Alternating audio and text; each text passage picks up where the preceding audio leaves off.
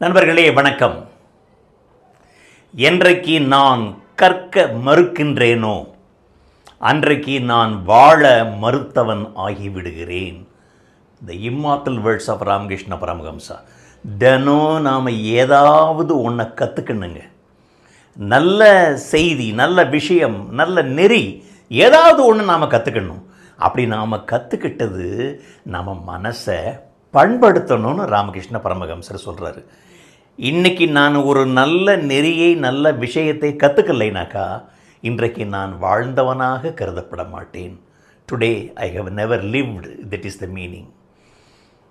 ராமகிருஷ்ண பரமஹம்சர் படிக்காதவர் நண்பர்களே, சமஸ்கிருதம் தெரியாது.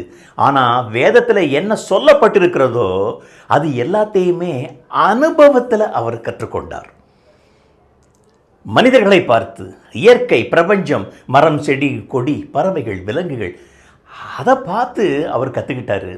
அதை எளிய மொழியில் எல்லாருக்கும் புரிகிற மாதிரி சொன்னார். எல்லாரும் வியப்படைஞ்சு பார்த்தாங்களாம்.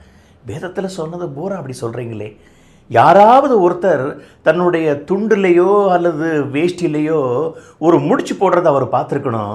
அவருக்கு உடனே வேற ஒரு சிந்தனை வந்தது. இப்படித்தான் ஒவ்வொருத்தரும் தன்னுடைய ஒரு இதுக்கு துண்டுலேயோ அல்லது கர்ச்சீஃப்லேயோ ஒரு முடிச்சு போட்டு வச்சுக்கணும்.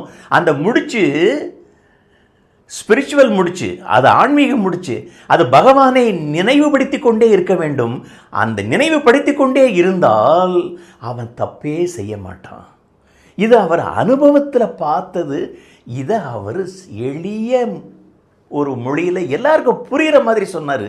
இந்த முடிச்சு நண்பர்களே, நாம் ஒரு யாத்திரை போய்கிட்டு இருக்கோங்க. ஒவ்வொரு மனிதனும் தெரிஞ்சோ தெரியாமலோ, புரிஞ்சோ புரியாமலோ ஒரு ஜேர்னி பண்ணிக்கிட்டு இருக்கிறோம். யாரை நோக்கி போய்கிட்டு இருக்கோம் தெரியுமா? இறைவனை நோக்கி போய்கிட்டு இருக்கிறோம். அங்கிருந்து தான் புறப்பட்டு வந்தோம். புறப்பட்ட இடத்துக்கே திரும்பவும் போகிறோம். Back to the pavilion. அதுதானே நியாயம். அப்படி போகும்போது தினம் எதையாச்சும் ஒன்று புதுசாக நல்ல விஷயத்தை கற்றுக்கிட்டு மனசை பண்படுத்தி கொண்டே இருக்க வேண்டும்.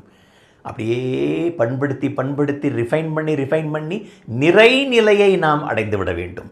அந்த நிறைநிலையை அடைந்தால் எ ஸ்டேட் ஆஃப் பெர்ஃபெக்ஷன், பூரணத்துவம். நாமும் கடவுளாகி விடுவோம், கடவுளோடு ஒன்றித்து விடுவோம். இதுதாங்க தத்துவம். நம்ம பாரத தேசத்தின் தத்துவமே இதுதான். அதனால் தினம் நம்ம ஏதாவது ஒன்று கற்றுக்கணும். என்றைக்கு நான் கற்க மறுக்கின்றேனோ அன்றைக்கு வாழ மறுத்தவன் ஆகிவிடுகிறேன். ராமகிருஷ்ணர். வணக்கம்.